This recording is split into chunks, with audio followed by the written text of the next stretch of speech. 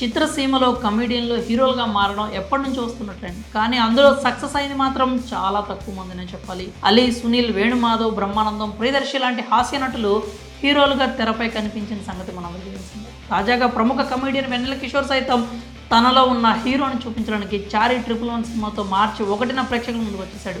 మరి హీరోగా వెన్నెల కిషోర్ మెప్పించాడా? అతని ప్రయత్నం ఫలించిందా?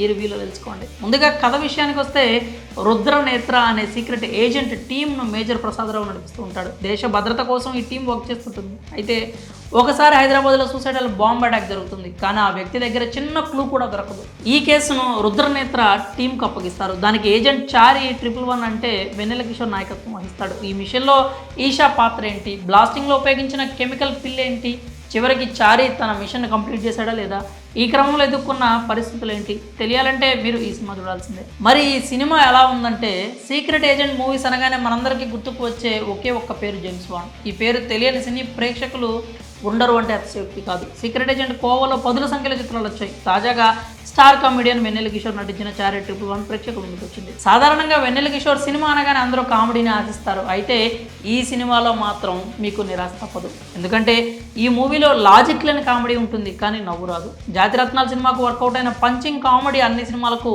వర్కౌట్ అవుతుంది అనుకుంటే అది పొరపాటే అవుతుంది. ఈ మూవీ విషయంలో కూడా అదే జరిగింది. మిషన్ అప్పగించినప్పటి నుంచి వెన్నెల కిషోర్ చేసేది హీరో పాత్ర లేక కమెడియన్ పాత్రనా అన్న అనుమానం వస్తుంది. ఎవరితో ఎలా మాట్లాడాలో తెలియని హీరోకి ఒక కీలక మిషన్ అప్పగిస్తే ఎలా ఉంటుంది? డైరెక్టర్ టీజీ కీర్తి కుమార్ ఆలోచన మెచ్చుకోదగ్గదే. ఎందుకంటే వెన్నెల కిషోర్ లాంటి కమెడియన్ను ఏజెంట్గా ఊహించుకొని కథ రాసుకున్నాడు. కానీ దాన్ని ఆచరణలో పెట్టడంలో పూర్తిగా విఫలమయ్యాడు. కథనం సరిగ్గా ప్లాన్ చేసుకోలేదు. లాజిక్స్ లేకుండా వచ్చిపోయే పాత్రలతో అసలు ఏం జరుగుతుందో కూడా అర్థం కాకుండానే ఫస్ట్ హాఫ్ ముగుస్తుంది. ఇక సెకండ్ హాఫ్లోనైనా కాస్త నవ్వుకుందాం అనుకునే ప్రేక్షకుడి సహనానికి పరీక్ష పెట్టాడు డైరెక్టర్. అయితే ఫ్లాష్ బ్యాక్ ఎపిసోడ్ మాత్రం కడుపుబ్బా నవ్విస్తుంది.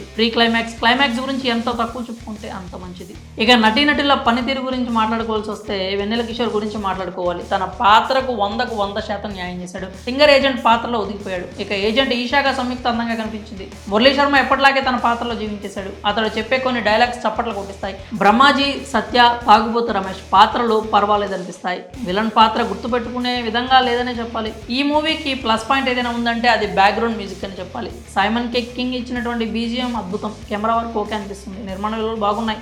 ఎడిటర్ తన కథకు ఇంకా కాస్త పదును పెడితే బాగుండేది. సినిమా బలాలు బలహీనతల గురించి మాట్లాడాల్సి వస్తే వెన్నెల కిషోర్ బ్యాక్గ్రౌండ్ మ్యూజిక్ ఈ రెండు సినిమాకి ప్లస్ పాయింట్స్. కథనం, లాగ్ సీన్స్, లాజిక్ లేని కామెడీ వంటివి సినిమాకి మైనస్ అని చెప్పాలి. చివరిగా చారీ 111 మిషన్ ఫెయిల్ అయింది. ఈ సినిమాకి మేమిచ్చే రేటింగ్ 2/5. మరి సినిమా మీరు చూసారా? చూస్తే మీకు ఎలా అనిపించిందో మీ అభిప్రాయాలను కామెంట్స్ రూపంలో తెలియజేయండి.